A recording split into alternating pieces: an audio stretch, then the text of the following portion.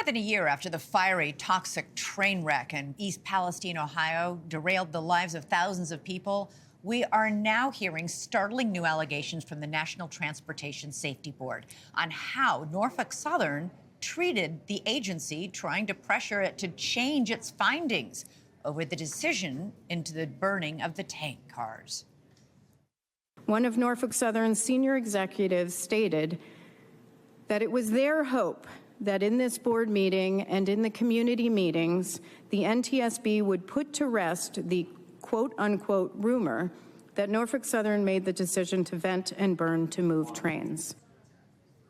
So, the Norfolk Southern apparently tried to influence the NTSB to go easy on them, is what it sounds like.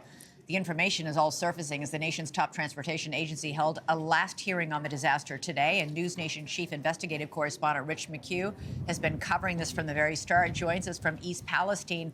The NTSB is saying they should never burn those chemicals, that this was not the right move.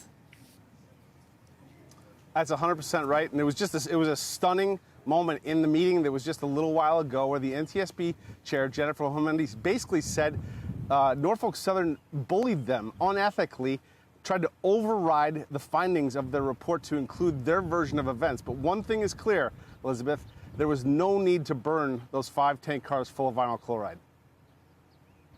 NTSB Chair Jennifer Homendy leading her team of investigators through a scathing review of Norfolk Southern's handling of the disaster here in East Palestine and their lack of safety controls. And at that point, it wasn't really staffed. Right. It would be flashing, and if they came back, then they would take care of any alerts. That's correct. No lunch break, no bathroom break. Right. They'd have to run down and then come back. Yeah. Which I think Yes, is certainly not a way to run a railroad. But it was this finding that made some residents leave in disgust. That Norfolk Southern withheld vital information from the incident commander tasked with making the decision to vent and burn those tankers. Norfolk Southern and its contractors, who were in control of the derailment scene assessment, compromised the integrity of the vent and burn decision by withholding complete and accurate expert opinions and information from the incident commander.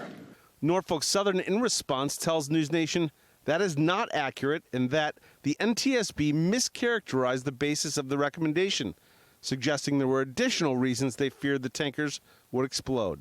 I don't believe anything that Norfolk Southern says about their decision moving into February 3rd, because there is compiling and compounding evidence that has determined that the vent and burn was completely unnecessary on every level. Now, just a few minutes ago, a Norfolk Southern executive walked up to me, handed me this pamphlet that says, "Doing What's Right." I asked him for an interview on the spot. He says, no, he couldn't. He says, you know how it is, Elizabeth.